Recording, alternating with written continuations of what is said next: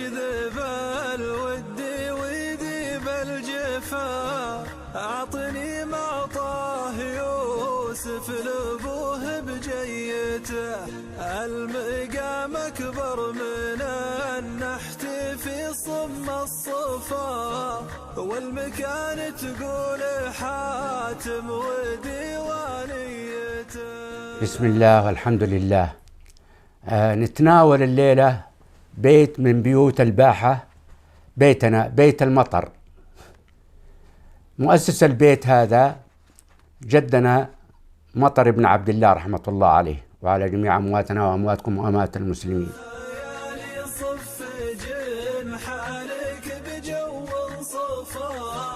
فوق روض من صفاته ومن ماريته، عن عيون مقرمسين الهواجس في خفا. مطر بن عبد الله أخر ولد واحد اللي هو فرحة بن مطر، وفرحة أخر 3 أولاد: علي بن فرحة أكبرهم أو علي بن حمدة، ومجدوع بن فرحة، ومسفر بن فرحة. مسفر بن فرحة هذا جد بيت الدعجاني جدنا. علي بن حمدة رحمة الله عليه أخر محمد العجمي أو محمد بن علي بن فرحة، وأخر عبد الله بن علي بن فرحة، وصالح بن علي بن فرحة، ومسفر بن علي، وأخر 3 بنات: أخر صالحة بنت علي بن فرحة، وأخر علياء بنت علي بن فرحة، وأخر حمدة بنت علي بن فرحة. خلينا نأخذ البنات الآن ونرجع للأبناء.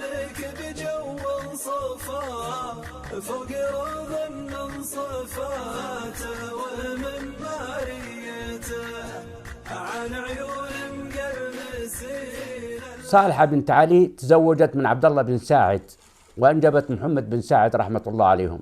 وعلياء تزوجت محمد بن مهدي أبو أحمد بن مهدي رحمة الله عليه، وأنجبت له أحمد بن مهدي ومعجبة.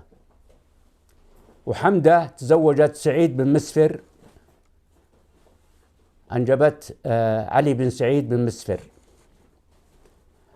أما بالنسبة للأبناء، علي بن فرحة قلنا أخر 4 أولاد: الكبير محمد العجمي، ويعرف الآن البيت كله يعرف باسم بيت العجمي. محمد العجمي رحمة الله عليه أخر 2 ولدين اللي هم حسن العجمي وحامد العجمي. حسن أخر عبد الله بن حسن، وعلي بن حسن، وصالحة بنت حسن. صالحة بنت حسن زوجتي أم عيالي رحمة الله عليها توفت. وعبد الله بن حسن أخر 4 من الأبناء و3 بنات: أخر أحمد بن عبد الله بن حسن، وعبد الغني بن عبد الله بن حسن، وسعيد بن عبد الله بن حسن، وصالح بن عبد الله بن حسن، و3 بنات. علي بن حسن أخر رامي ولد واحد، ورامي أخر ولد واحد يوسف. حامد رحمة الله عليه أخر بنت وولد: البنت درويشة بنت حامد، والولد توفى بعد ولادته بفترة بسيطة بعد أبوه، بعد موت أبوه وجاء وتوفى بعد أبوه بفترة بسيطة. هذا بالنسبة لبيت العجمي. نجي عند عبد الله بن علي.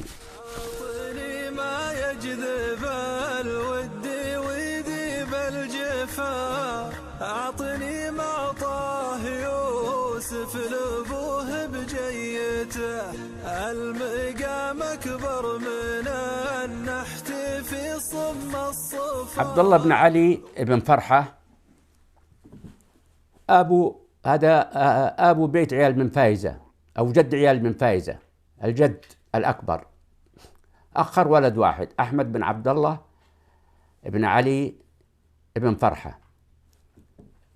أحمد رحمة الله عليهم جميع أخر عبد الغني بن أحمد، وأخر علي بن أحمد، وأخر 5 بنات. وكل ذريته رحمة الله عليهم توفوا ما بقي منهم إلا بنت الآن موجودة، تزوجت في بني ظبيان ومقيمة الآن مع عيالها وأبنائها، وهي أصغرهم، موجودة في جدة.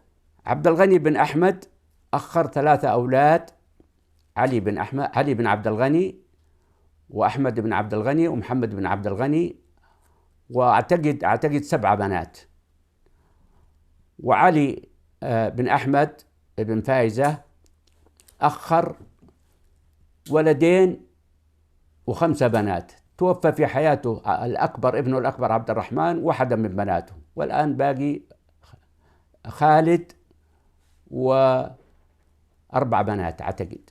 هذا فيما يخص بيت عبد الله بن علي اللي هو بيت جد عيال فايزة. نجي عند صالح بن علي. صالح بن علي بن فرحة فوق روض من صفاته ومن ماريته، عن عيون مقرمسين الهواجس في خفا.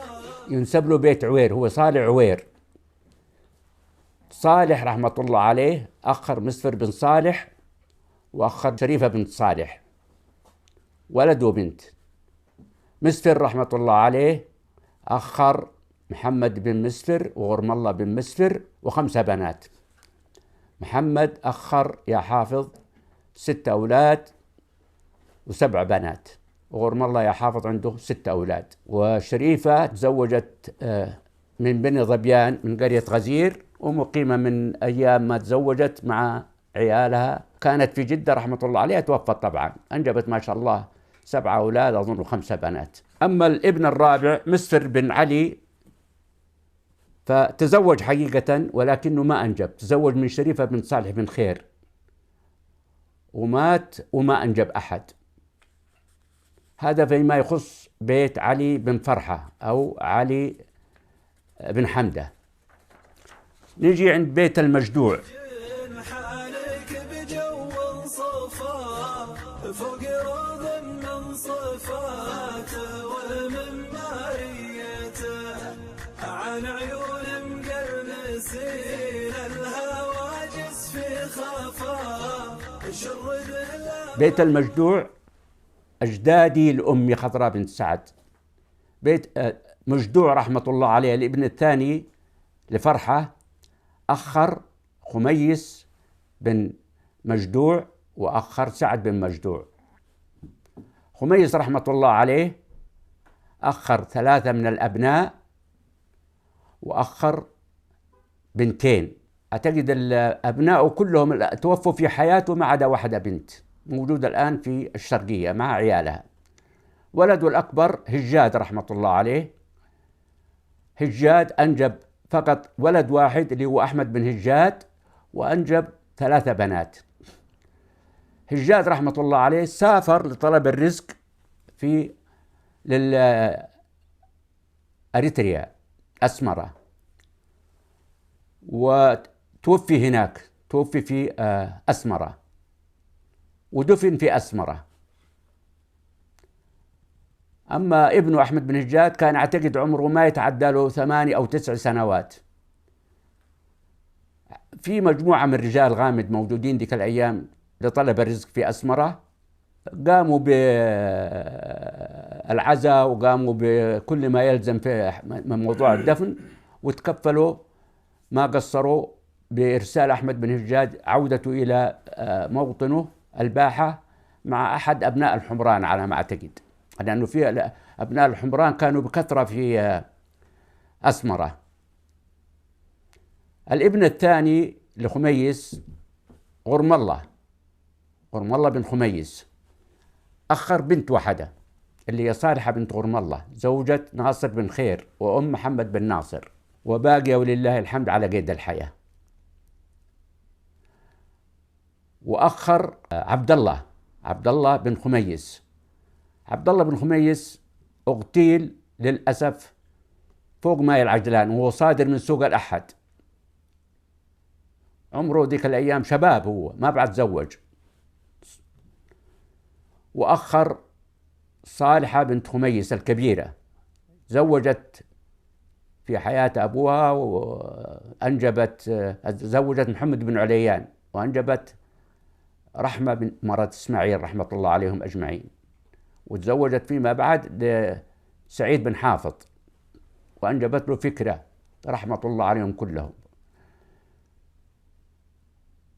وكلهم توفوا، كل أبناء خميس توفوا قبله، ما بقي منهم أحد يعني، إلا بنت واحدة الآن موجودة مقيمة هي تزوجت في السواد، صالحة الصغيرة تزوجت في السواد، وبعدين سافروا إلى الدمام، وباقية إلى الآن مع عيالها في الدمام.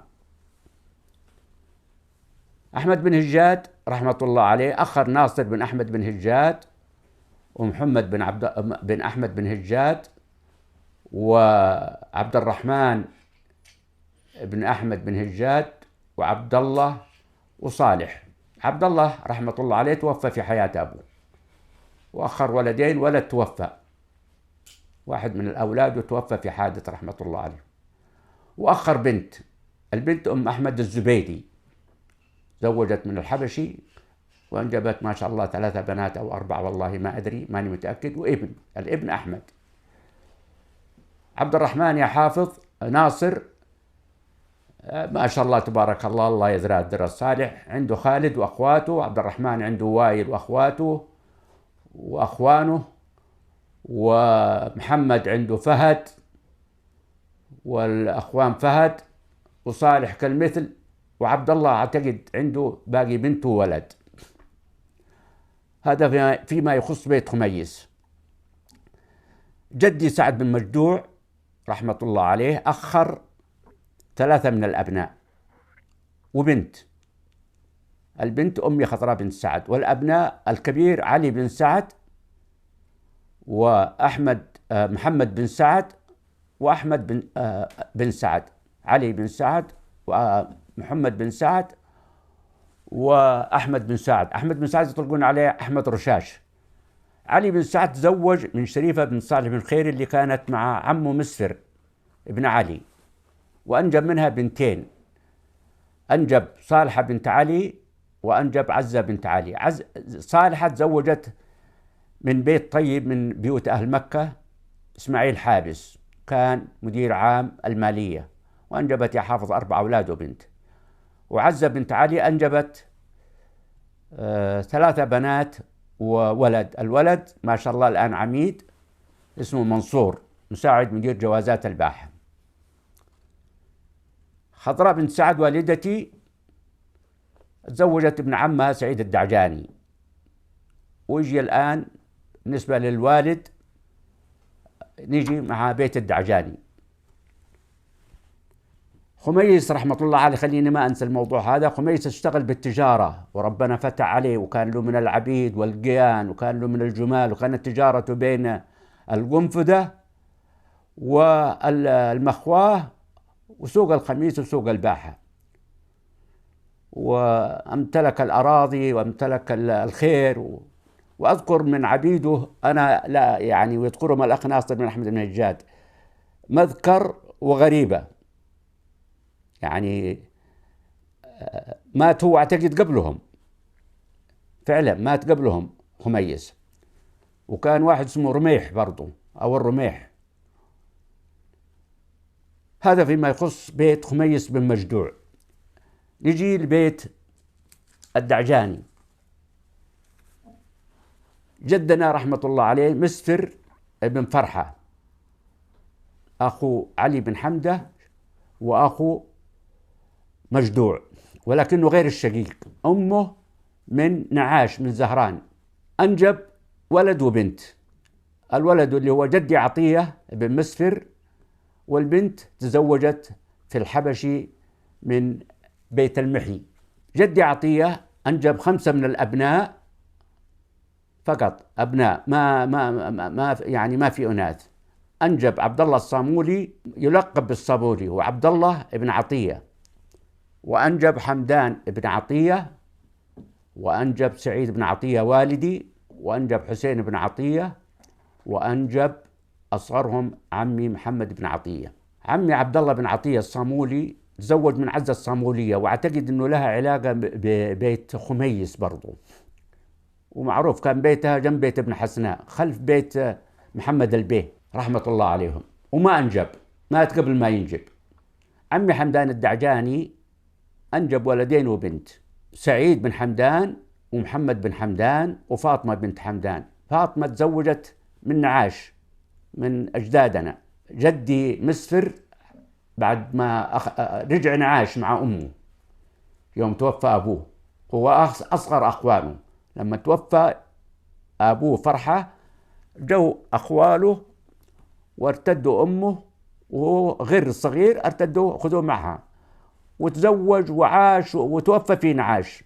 وبعدين جدي عطية فيما بعد رجع إلى الباحة مع وتزوج من الزرقاء وأنجب الأولاد اللي هو عبد الله الصامولي وحمدان الدعجاني وسعيد الدعجاني وحسين ومحمد الدعجاني. بالنسبة لعمي حمدان الدعجاني رحمة الله عليه، سافر في بداية حياته، سافر إلى جدة،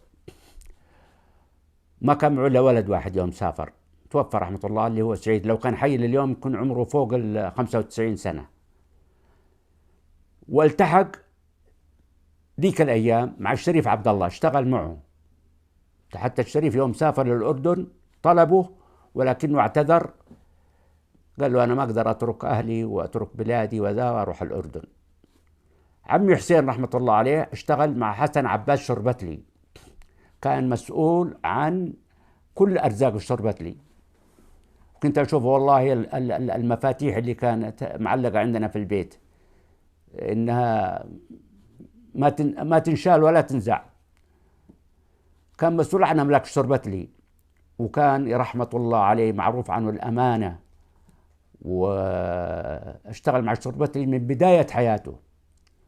وكانت تربط آباءنا رحمة الله عليهم كانوا على علاقة ود وأخوة ومحبة مع عبد الله بن نيان، لأن عبد الله بن نيان رضع من جدتي، وكانت تربطه مع آبائي علاقة أخوة وصداقة وحب لا إله إلا الله.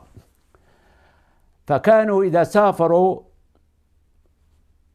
جماعتنا على وجه الخصوص عبد الله بن نيان وعثمان الصعيبي وسرحان وعلي طيران دائما يزورون والدي حسين ووالدي حمدان.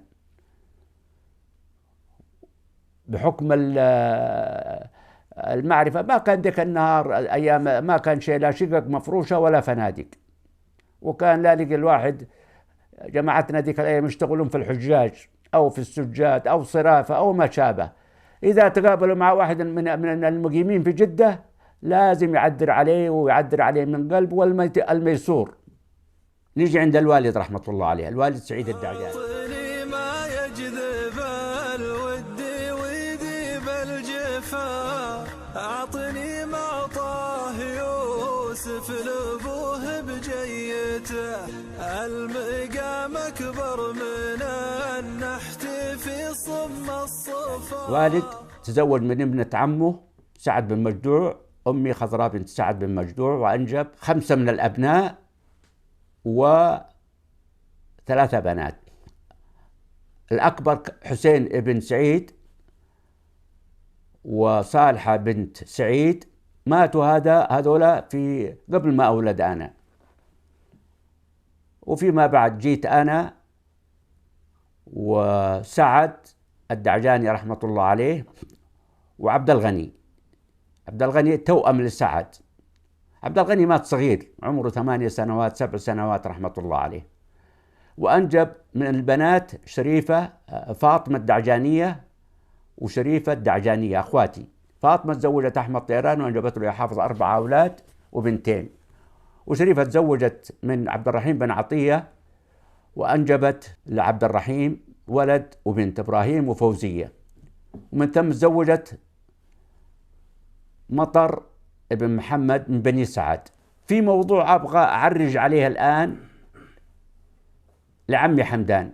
عمي حمدان رحمة الله عليه تزوج من شريفة بنت محمد بن جربوعة، أمها فاطمة الوادعية أخت مسحل، لأنه في مسحل رحمة الله عليه يمكن كثير من الأبناء الآن أو اللي أصغر منا ما يعرفونه. حل في الباحة وكان معه 6 أخوات. بيته جنب بيتنا اللي عند بيت الرافع، وجنب بيت عيال طيران، وغرب بيت عيال الصعابية. مسحر رحمة الله عليه كان عنده 6 أخوات، 2 تزوجوا في زهران، وفاطمة تزوجت محمد بن جربوعة، وشريفة تزوجت أبو علي الأفندي، يعني تعتبر جدة أحمد الأفندي وجدة مصطفى الأفندي. وواحدة اسمها بدرة تزوجت في بني سعد. نرجع لذرية سعيد الدعجاني. أنا يا حافظ عندي الآن 5 من الأبناء: خالد بن غرم الله بن سعيد الدعجاني، وسعيد ابن غرم الله بن سعيد الدعجاني، وسعد ابن غرم الله بن سعيد الدعجاني، والوليد، ورايد، وبنتين. وفي ولد توفى لي وعمره ما شاء الله يمكن 15 سنة، قبل أكثر من 35 سنة، رحمة الله عليهم أجمعين. خالد متزوج من نعاش من أجداده، وابنه الوليد بن خالد برضه ملكنا له في نعاش. ما رحنا بعيد، يعني رجعنا لأجدادنا، والعلاقة وطيدة حقيقة إلى هذا اليوم بيننا وبين أجدادنا لجدتنا في نعاش. سعد الدعجاني رحمة الله عليه خلف 4 من الأبناء وبنتين. خلف رايد بن سعد بن سعيد الدعجاني، ويا حافظ عنده ولد وبنات يا حافظ. وخلف فواز ابن سعد ابن سعيد الدعجاني، ونضال أكبر من فواز، نضال، ويا حافظ عنده ابن، ووليد، ويا حافظ عنده ابن أيضا، وبنتين، منى وبيان. هذا فيما يخص بيتنا الدعجاني وبيوت المطر. بيت المطر من مؤسسه مطر بن عبد الله رحمة الله عليه. نسأل الله لهم الرحمة والمغفرة، ونسأل الله لجميع من عرفنا من المسلمين وأمة محمد أجمعين المغفرة والرحمة، وأن يجمعنا وإياهم في جنات النعيم. هذا ما علمت، فإن أصبت فمن الله، وإن أخطأت فمن نفسي ومن الشيطان، وأرجوكم السموحة، وأي ملاحظة أو تصويب أرجو الاتصال على الخاص أو إبلاغ الأخ سعيد سرحان، ولنا لقاء إن شاء الله. والسلام عليكم ورحمة الله وبركاته. أعطني ما يجذب الود ويذيب الجفا، أعطني ما طاه يوسف لأبوه بجيته، المقام أكبر من النحت في صم الصفا، والمكان تقول حاتم وديوانيته.